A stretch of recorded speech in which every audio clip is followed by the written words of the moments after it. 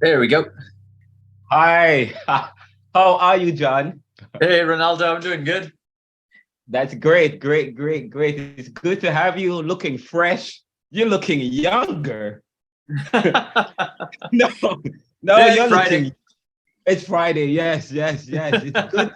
It's good to have you. I was looking forward to having you on the show. How have you been? Good.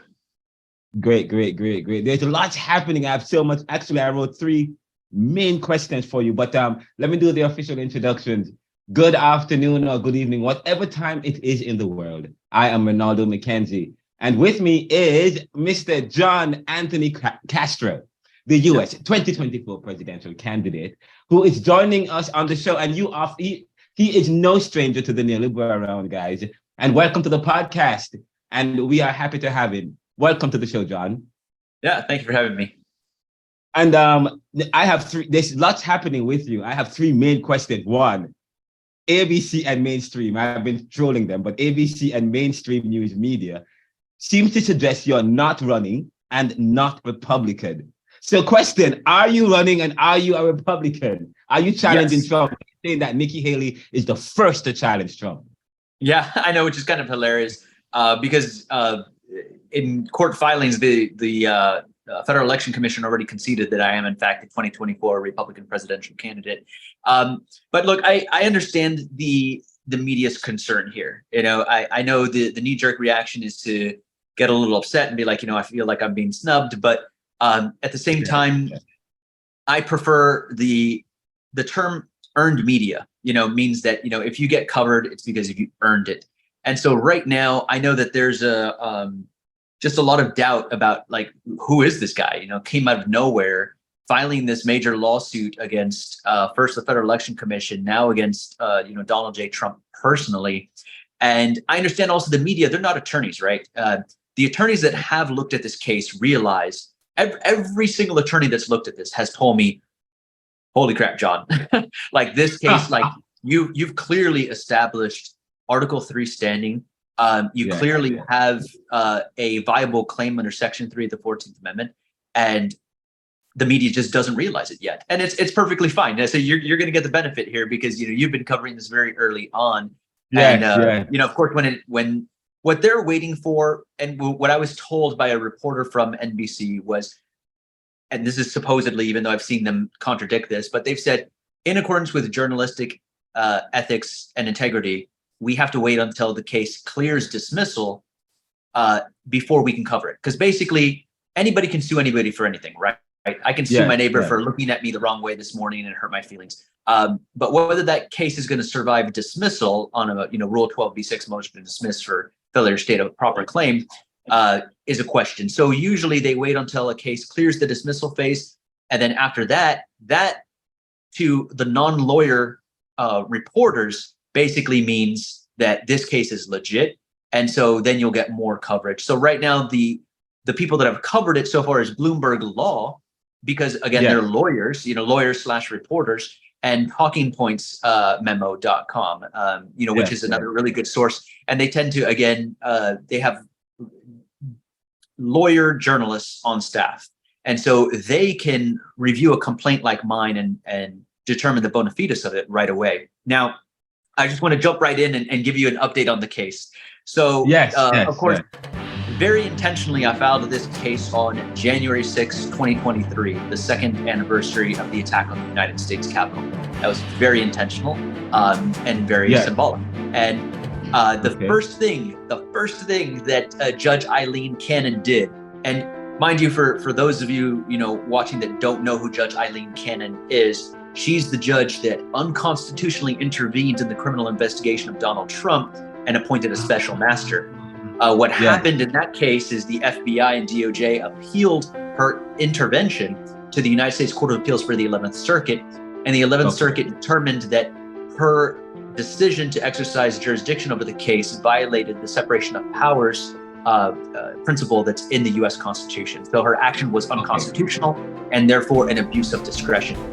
So she's already, and then after that, there was constitutional law scholars all across the U.S. There was not a single constitutional law professor in the United States that didn't question her impartiality, because it was very clear she abused her discretion. It was a novel form of judicial obstruction of justice, the likes of which we've never seen before.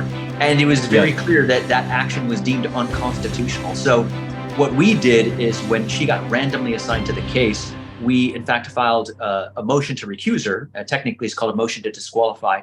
But we demanded that she recuse herself on the basis that she had already demonstrated a lack of impartiality towards Trump, who appointed her, gave her a lifetime appointment as a federal judge, and abused her discretion in his favor, judicially obstructed a criminal investigation, and engaged in conduct that deemed it to be unconstitutional by the 11th Circuit. And she, of course, denied the motion to recuse. And so we filed a writ of mandamus to the 11th Circuit. So that case, or that issue, is currently on appeal. Now, Trump moved to dismiss the case on February 15th. Yes, I saw that. Yeah. And so in that, it was funny too. The arguments, quite frankly, weak, very, very weak arguments. So the first, they attacked it on standing. So, for those of you in law school or lawyers, put on your thinking cap here. They attacked it on standing. So they said, of course, if a person doesn't have standing to bring a claim, then the court doesn't have subject matter jurisdiction. And so the first claim was he doesn't have standing. Standing has three elements. The three elements are that you have an injury, that the person you're suing is the one that injured you, and that the court can remedy that injury. So those are the three arguments. Those are the three prongs of Article 3 standing. The beautiful thing here is that she is Lindsay Halligan. She's Trump's attorney. She regularly comes out on One American News Network and very far right wing, in the fringe news outlets. And so that was her main argument was he doesn't have an injury because he's not a bona fide candidate for public office, which that has never been something that the judiciary has been willing to get into, the bona fides of a candidate, whatever that means. And we'll get into that right now. You are not the bona fide candidate. Yeah, that's what she said. And then she didn't argue traceability, because obviously if there was an injury, it's clearly traceable to Trump. But then she argued, oddly, redressability. She was like, there's no remedy by the court. But the thing is that she doesn't seem to realize basic federal law is 28 USC 2201 is the Declaratory Judgment Act. That is the remedy. And so I thought it was humorous that she even made that argument. It was a very bizarre argument, but it created an opportunity for me to say that she probably was asking for more definitive statements on that. And so I elaborated that on a motion that we're actually preparing right now, and we're going to file on Monday. It's the reply brief to the motion to dismiss. So, and then the next. Say that again. What are you filing on Monday? What are you filing on? What are you filing on Monday? We're filing on Monday the response to the motion to dismiss. So all of our counter legal points. And then she said, even assuming that there is an injury and that it's redressable by the court, there is no cause of action. I'll get into that separately. So real quick on the injury part, the United States Court of Appeals for the DC Circuit has already recognized something called political competitor standing. And so if you are a political candidate and you compete against for the same office and within the same party, then you have what's called political competitor standing. And the logic behind that the U.S. Court of Appeals for the D.C. Circuit said is, well, logically, if you are a fellow primary candidate, then clearly you're going to have an injury because a person competing against you is going to reduce your votes. So we automatically, logically find an injury. It's clearly redressable to the opponent. And clearly the remedy is the declaratory judgment. So you meet all three elements of standing. It's, again, basic federal law 101. So I can't even believe she made that argument. But we're going to clear past that. The real argument here is whether I've stated a claim upon which relief can be granted. Now, what I'm citing is Section 3 of the 14th Amendment. Now, typically the way that it works is a federal question regarding the Constitution can certainly provide jurisdiction to the court under 28 U.S.C. 1331. But you'd still have to normally cite to a statutory provision of a remedy that Congress created. Yes. And so she said, you're asking the court to declare him constitutionally ineligible, but there's no remedy, there's no statutory provision that allows that. That would be true if Section 3 of the 14th Amendment was not self-executing. So if a provision is deemed to be self-executing, then it provides an independent cause of action. It provides both a jurisdiction and a cause of action. Now, again, she claims that this has never been done before in the history of America, but that's actually not true. There was a 1976 ruling, Bivens versus, and this is the actual name of the case, Bivens v. 6 unnamed agents, and basically had to do with the Fourth Amendment violation. And in that case, I think it was actually 1967. But anyways, in that case, it was back then, the DEA was called the Bureau of Narcotics. The Bureau of Narcotics did a no-knock search warrant, bashed in Mr. Bivens' door, raided his home, and it turns out that there was nothing. And not only that, but they actually didn't even have reasonable suspicion to do that. They were basically just being aimless. And so Bivens turned around, sued them for actual damages. And there was no question about the damage. He had $15,000 in damages, the broken door, broken inventory. So he was able to indisputably prove $15,000 in damages. And so he brought this lawsuit in the Eastern District of New York, where his home was raided in the Bronx. They denied it. They said, sorry, you have to cite a statutory provision. You can't just cite the Fourth Amendment. It went to the U.S. Court of Appeals for the Second Circuit. They dismissed it as well. And they said, no, you have to have a statutory grounds for the action. It went to the Supreme Court, and the Supreme Court said, if we don't find an implied cause of action here, it renders the Fourth Amendment irrelevant, right? What's the point of the Fourth Amendment if you can't enforce it? And there's no question the Fourth Amendment was designed specifically to restrict the power of the federal government with regard to American citizens. And so they said, if we don't exercise equitable jurisdiction over this and find an implied cause of action, we're effectively rendering the Fourth Amendment to just words on 200-year-old paper. And so Lindsay Halligan's claim that the Supreme Court, supreme law of the land, has never recognized implied causes of action is wholly without merit. But here's the thing, is that it doesn't even hinge on the Bivens logic, because this whole question and debate, is Section 3 of the 14th Amendment self-executing or not? This actually came up in 1867 in the trial of Jefferson Davis, the president of the Confederacy. And I get into this in the brief that we're going to be filing on Monday. So I'll send it over to you, and your law students can read it. It's a really amazing legal and historical analysis of Section 3 of the 14th Amendment. But what happened is the Civil War ended. The Confederates surrendered, and Jefferson Davis was placed under arrest. He was going to be tried and prosecuted for treason, for laying siege and war against the United States, against the Union. And so during his criminal trial, his very crafty lawyer came up with a very good argument. And he said that Section 3 of the 14th Amendment effectively reduced insurrection to a political crime. And that political crime is only punishable under Section 3 of the 14th Amendment with a lifetime ban from public office. And so therefore, charging Jefferson Davis with criminal treason violates double jeopardy, because it places him at risk of life or limb twice. And so at that time, the person presiding over the criminal trial of the former president of the Confederacy, Jefferson Davis, was United States Supreme Court Justice Salmon P. Chase. Now, Justice Chase at that time was actually considering running for the presidency of the United States.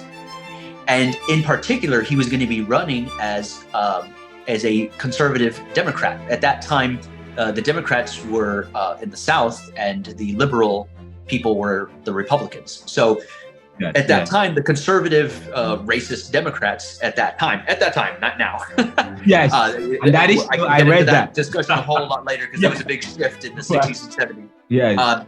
But back then, the Southern conservative, former Confederates, let's just call them, he wanted to appeal to them. And at that time, the fact that he was presiding over the case, he knew that's going to completely derail I'll never secure the Democratic nomination if I piss off the Confederate South. So he agreed with Jefferson Davis's argument that Section 3 of the 14th Amendment was self-executing. Here's the thing. Yeah. If a provision of the Constitution is self-executing, it has an implied cause of action, which greenlights my lawsuit against Trump. Now, there's more to this. So then Salmon Chase, 1868, runs for president. Big flop. He doesn't even secure the nomination.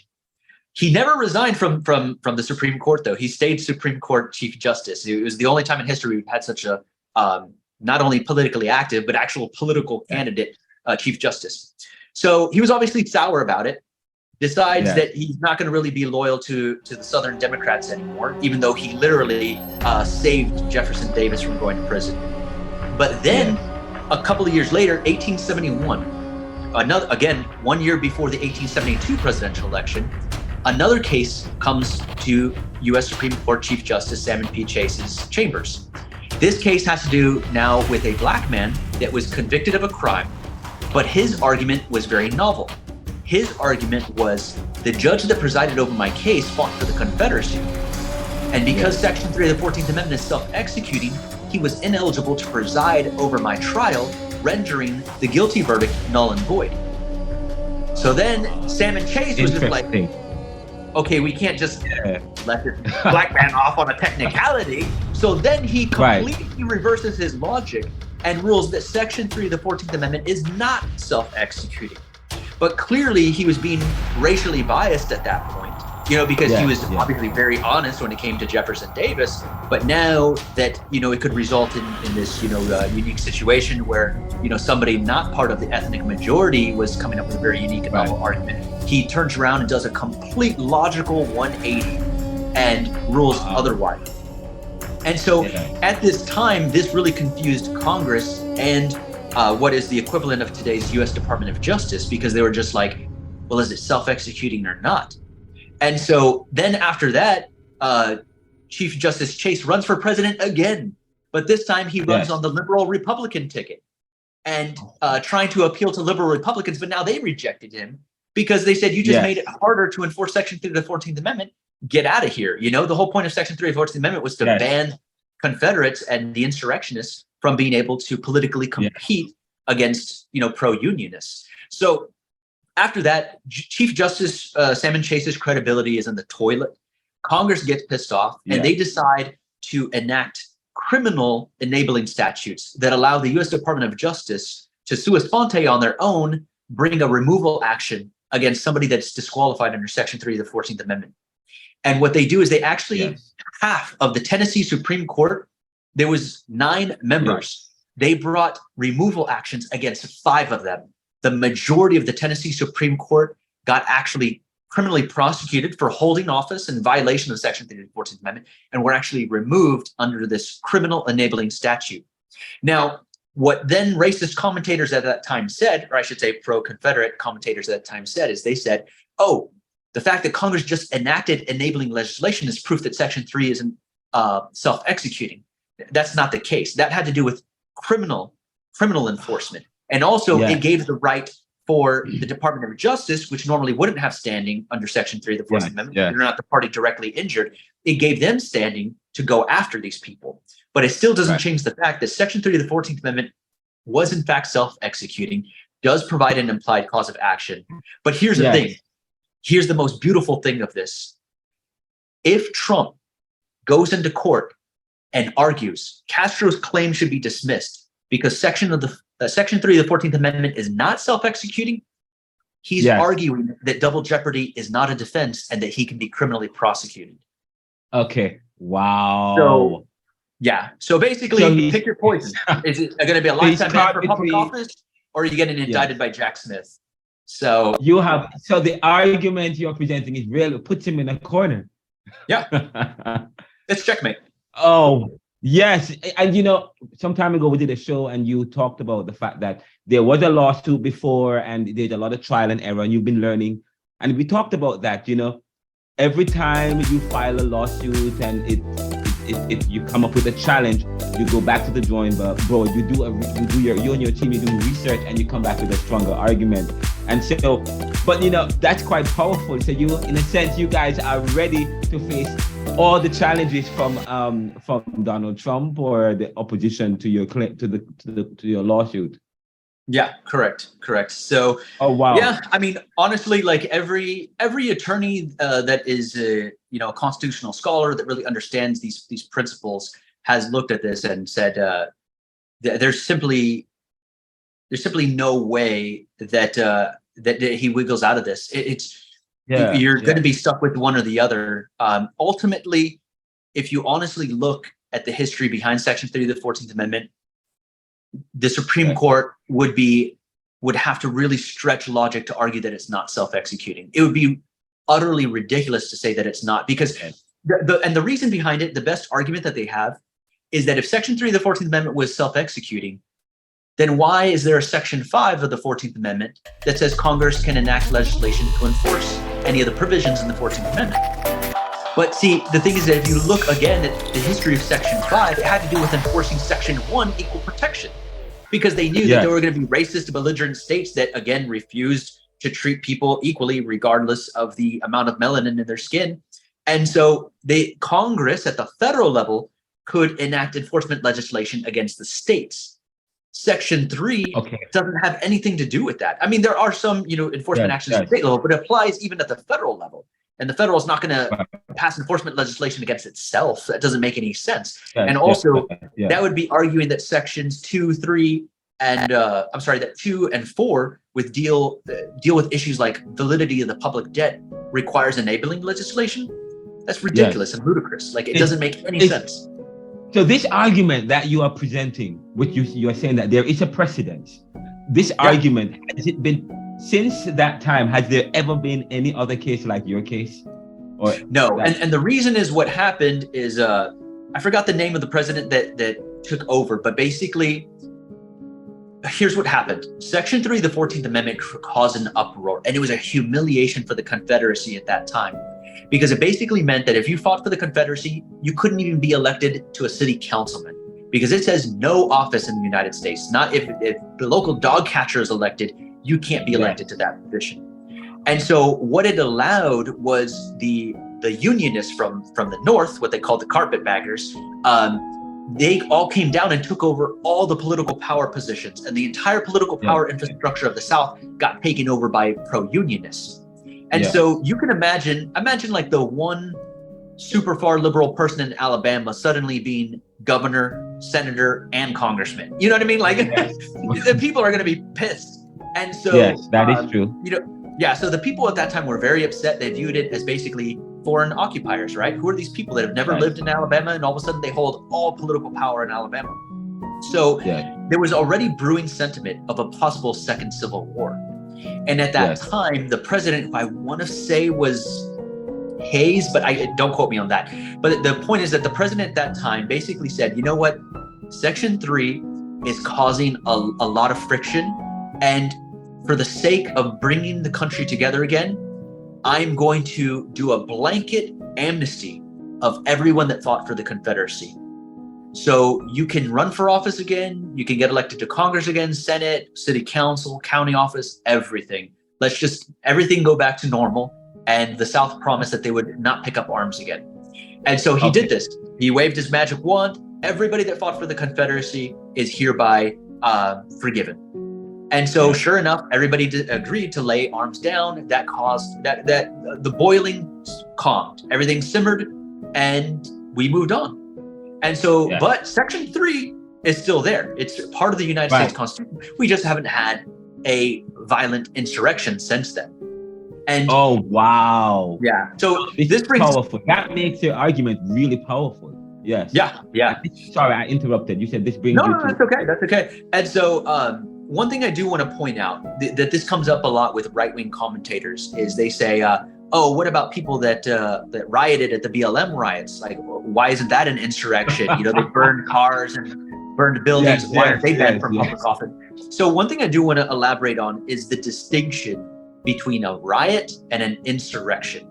The Yeah, the main issue, to oversimplify it, of course, is that an insurrection is a riot, but it has an unlawful political goal that is designed to undermine the democratic systems and processes that are in place. That is the key difference. So you can bash windows, you can flip cars, burn them. That's a riot. That's not an insurrection.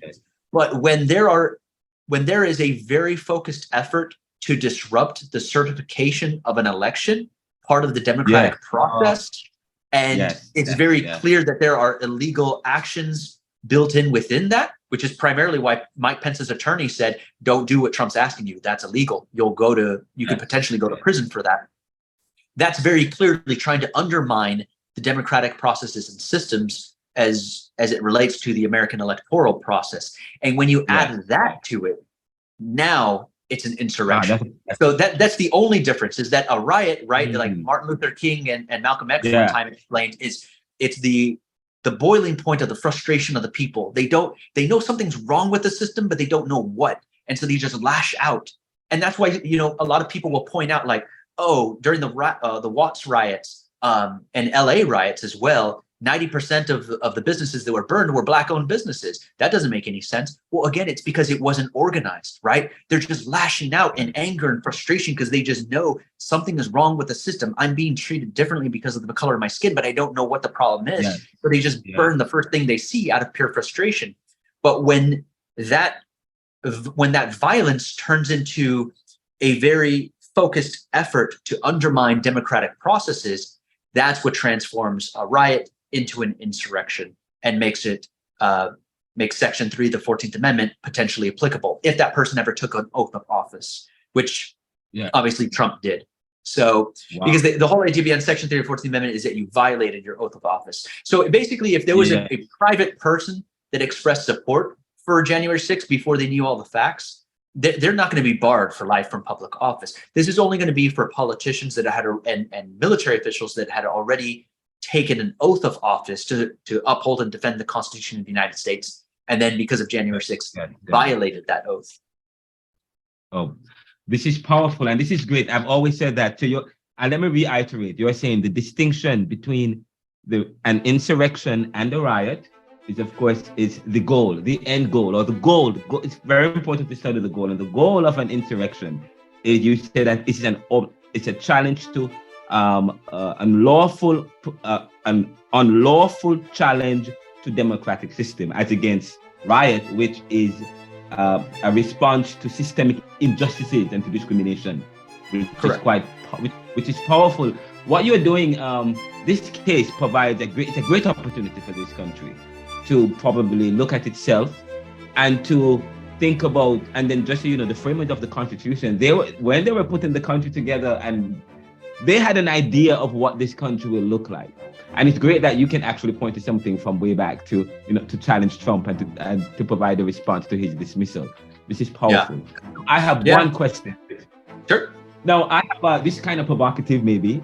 Lindsay Kelly, because ABC and mainstream news media, they're challenged. They're saying that they're saying that Nikki Haley is the first Republican to run against Trump, announced publicly declare her challenge to Trump. And I know you have said that ABC and mainstream media, they're waiting on this legal issue, but whether or not this legal issue is there, you are still running for president. So I'm not sure why they are running. Why are they waiting for this legal matter to say that you are running? I'm not understanding what they have to do. So, I'll say this. Right now, according to the Federal Election Commission, there are in fact 162 people that have registered as 2024 Republican presidential candidates, 162. And so, the vast majority of those are simply just trying to, get a kick out of seeing their name listed there. They're not serious. They have no intention of actually launching a presidential campaign. None of that, right? Like, they're not like me. Like right now, I'm already looking at real estate in New Hampshire. I'm looking at either purchasing or renting, and then that's going to serve as campaign headquarters. And, I'm putting together the campaign infrastructure already. We already have, campaign signs. In fact, let me just show you it real quick. Yes, please. Let's see it. So, I mean, this is a sample of when I ran for. Oh, for nice, Trump. nice. Oh, I don't know. It's not focusing there for a second. Okay, see, yes. Okay, yeah. But the point is that we already have the campaign video. We obviously have the campaign website, johncastro.com. Yes. I mean, we have T-shirts, bumper stickers. We have pretty much everything ready to go. Now, the media has obviously never heard my name before, and they don't know. Okay. Some people have actually speculated that I'm working for Ron DeSantis. They think that I'm trying to get. Yes, they've even thought that I'm trying to get rid of Trump to clear the path for Ron DeSantis, and we've analyzed that, and I'll tell you why. Even some members of the Democratic Party leadership don't like what I'm doing. When they ran statistical hypothetical polls between Biden versus Trump, it's 50-50, and it looks like Biden would be able to win. But if you run hypothetical polls between Biden and DeSantis actually performs a lot better. And there's a risk that if DeSantis were to run against Biden instead of Trump, that DeSantis would actually defeat Biden. And so I have been told by certain people within the Democratic Party that, that they would actually prefer Donald Trump to be the nominee, because every data analytical tool that they have suggests that Biden would have a better shot at being reelected going against Trump than DeSantis. So, in other words, you're going to have the Democratic thought leadership, strategic leadership, opposed to this, and then obviously you're going to have the Trump camp opposed to this. And so, as oddly as it is, the people that would likely be first to cover it would be Fox News, because they want to get rid of Trump to clear the path for DeSantis. But of course, they don't want to give me and boost my image as well, give me a soapbox to be able to spew some of my more centrist, reasonable views to their viewer base. So it makes sense that I'm being shut out of the mass media. But at the end of the day, I'm not doing this for media attention. I'm doing this because I genuinely am running as a Republican. I genuinely am trying to neutralize a constitutionally unqualified competitor. And we'll see. But I do know this, that when I'm successful, number one, my place in American legal history is going to be fixed forever. And number two, they can't cover this story without mentioning me or talking to me. So I fully intend on earning the earned media in every sense of the term. And it makes me actually work harder, because again, when it clears dismissal, I'm going to have the power to subpoena Trump, to subpoena Mark Meadows, to subpoena everybody involved in January 6th. I would have a power that's greater than the committee to investigate the January 6th attack, who couldn't even enforce their subpoena against Trump. And so the position that puts us in is one of extreme influence. And we intend very well to establish that Trump did in fact provide aid or comfort to the January 6th insurrectionists. And it's quite simple and straightforward that he's done. So, and I really do think that even the Federalist Society and the conservative wing of the federal judiciary is going to agree with me. They don't want Trump. They want to clear the path for DeSantis. So we believe that we would even have a majority of the votes on the Supreme Court to basically get rid of Trump. So I think it's a done deal. It's just a matter of how quickly. I'm projecting that by December or January, this issue would be directly before the U.S. Supreme Court. Right, and I know I saw where you said that it will be the U.S. Supreme Court will hear your case against Trump, although he's trying to dismiss that. Yeah, I mean, like we already got 3 votes right out of the bag, just because the 3 liberals on the court. And then you have the 3 appointees of Trump. Chief Justice John Roberts is on our side. That's 4 already. So, you got Alito. You got Kavanaugh, Gorsuch, and Amy Coney Barrett. If I'm pronouncing her name correctly. Long story short is we already know we have 4 votes. Roberts and the 3 liberals. I would guess that if one of them sided with us, it would be Gorsuch. And the reason is that Gorsuch is a libertarian and at heart, and his judicial philosophy is right in line with this. So whether it's Gorsuch or Kavanaugh, I think one of them would be wanting to. I feel like they recognize that their appointment was tainted because of all the political controversy behind it. And so I think they would want to rule in our favor as a way of proving their impartiality and actually banning from public office for life the person that gave them their lifetime appointment to the Supreme Court. So long story short is, we've obviously thoroughly analyzed not just the legal, but the political angle on this. And we believe that it's a done deal. Well, thank you so much. Thank you. And we're going to wrap it up from here. We're trying to be shorter. Great, we did well, 30 minutes. But thank you so much. By the way, I had a question. Nikki Haley is now going to be running. What do you think her chances are? So what she's doing is she's actually auditioning for the VP pick. So, Trump is. Trump is very interested in picking her as a VP, but basically he wants her to go out and serve as almost like his agent. So he basically instructed her, Nikki, if you want to be considered for my VP pick, I need you to run for president, gather as much support as you can. She used to be a Democrat, right? So she's going to be able to appeal to moderates. And then she's female. And technically she is an ethnic minority, And so she is going to be able to have a lot of appeal to moderates in the center that Trump would otherwise be incapable of getting. And that's what you want in your VP pick, right? And then not only that, but she's a woman. And so that's generally societally perceived as softer than the more coarse and rough-edged Trump, and his toxic personality and trait. And so if you look at it that way, she has all the perfect characteristics of a perfect VP pick. And that's why Trump is likely going to pick her, and also to neutralize some of the racist claims, right? Because, she's an ethnic minority. And so it's just like, we have basically, if it were to be Biden and Harris again, it would be a white man with a female minority on both sides. That is true. So, she's just auditioning for a VP pick. Okay. So if in fact, if somebody wanted to attack the bona fides of a presidential candidate, I would attack Nikki Haley's. She has absolutely no intent. Right? She went and kissed Trump's ring and begged for permission to run before she did. I mean, that's not what we want in a commander in chief. Somebody that goes around, begging people for permission to do things. So that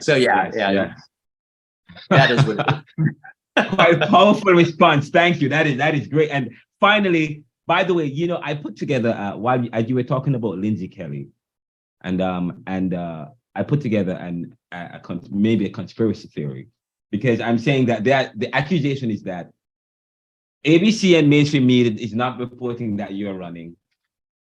Lindsay Kelly is in court saying that, he's not running, while at the same time mainstream media is saying it's not reporting that you are running. Do you think there's some kind of collusion between the Trump and mainstream media and the strategy involved with this? No, because I've spoken with the mainstream media. So I've spoken with ABC, I've spoken with CBS, NBC.